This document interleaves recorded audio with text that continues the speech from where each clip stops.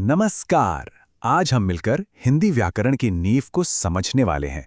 हम बिल्कुल शुरू से शुरू करेंगे, भाषा की सबसे छोटी ईंट से, और देखेंगे कि कैसे हमारे ख्याल, हमारी सोच शब्दों का रूप लेती हैं। तो चलिए इस दिलचस्प सफर पर निकलते हैं। कभी दिमाग में सवाल आया है कि मन में जो हजारों बातें चलती हैं वो आवाज बनकर बाहर कैसे आती हैं? यही तो है भाषा का असली जादू, हमारे अंदर की दुनिया को बाहर लाना। आज इसी जादू की परतें खोलने की कोशिश करते हैं। तो हमारा आज का रास्ता कुछ ऐसा रहेगा। सबसे पहले हम समझेंगे कि भाषा होती क्या है, फिर हम वर्णमाला के ब्लूप्रिंट पर नजर डालेंगे। उसके बाद देखेंगे कि ये आवाजें बनती कैसे हैं, शब्दों का खानदान कहाँ से आता है, और आखिर में हम मिलेंगे नाउन्स और वर्ब्स से जो किसी भी वाक्य की जान होते हैं। तो सबसे पहले सबसे बुनियादी सवाल, भाषा आखिर ये है क्या और इसकी हमें जरूरत ही क्यों पड़ती है? ये सिर्फ बात करने का एक तरीका नहीं है, नहीं, ये उससे कहीं बड़ी चीज है। अगर व्याकरण की परिभाषा देखें तो भाषा वो साधन है जिससे हम अपने विचार दूसरों तक पहुंचाते हैं। और एक मजे की बात, भाषा शब्द खुद संस्कृत के भाष शब्द से आया है, जिसका मतलब होता है प्रकट करना। यानी भाषा हमारे अंदर छिपे ख्यालों को दुनिया के सामने प्रकट करती है। चलिए अब भाषा के सबसे जरूरी और सबसे छोटे हिस्से पर आते हैं, उसके बिल्डिंग ब्लॉक्स यानी वर्णमाला। ये वो कच्चा माल है जिससे भाषा की पूरी इमारत खड़ी होती है। और हिंदी में ये बिल्डिंग ब्लॉक्स कितने हैं? 44। जी हां, सिर्फ ये 44 मूल वर्ण हैं जो हिंदी की हर आवाज, हर शब्द का आधार हैं। इन 44 स्वरों को भी हम दो टीमों में बांट सकते हैं। पहली टीम है स्वरों की, जिसमें है 11 खिलाड़ी, और दूसरी टीम है व्यंजनों की, जिसमें है पूरे 33 खिलाड़ी। और इन्हीं दोनों टीमों से मिलकर भाषा का पूरा खेल बनता है। तो इन दोनों टीमों में फर्क क्या है? देखिए, स्वर जो हैं वो हैं सुपरस्टार, वो आजाद हैं, उन्हें अपनी आवाज बनाने के लिए किसी की मदद की जरूरत नहीं। लेकिन व्यंजन, उन्हें हमेशा एक स्वर का सहारा चाहिए होता है।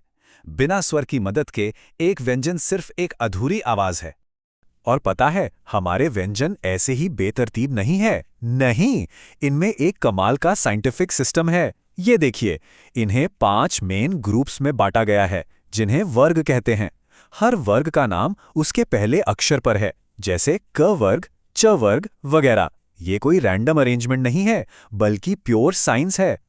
अच्छा, तो हमने अक्षर देख लिए, पर ये अक्षर, ये आवाजें आखिर बनती कहाँ हैं?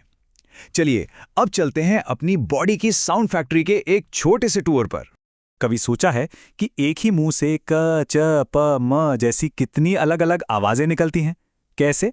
सारा खेल है मुंह के अंदर के अलग अलग टच पॉइंट्स का, जिन्हें हम उच्चारण स्थान कहते हैं। चलिए शुरू करते हैं सबसे पीछे से, हमारे गले से। यहां से निकलती हैं कंठी ध्वनियां। महसूस कीजिए, जब हम क या ख बोलते हैं तो हवा सीधी गले से आती है। बोलकर देखिए, क, ख। जीभ और होंठ लगभग आराम कर रहे होते हैं। अब गले से थोड़ा आगे आते हैं, मुंह की छत पर, जिसे कहते हैं तालु। यहां से निकलती हैं तालव्य ध्वनियां। अब बोलकर देखिए, च। देखा, जीभ ऊपर तालु से टकराई और आवाज बिल्कुल बदल गई। क और च की आवाज में बस जीभ की एक छोटी सी हरकत का ही तो फर्क है। और ये रहा हिंदी की हर आवाज का खजाने का नक्शा।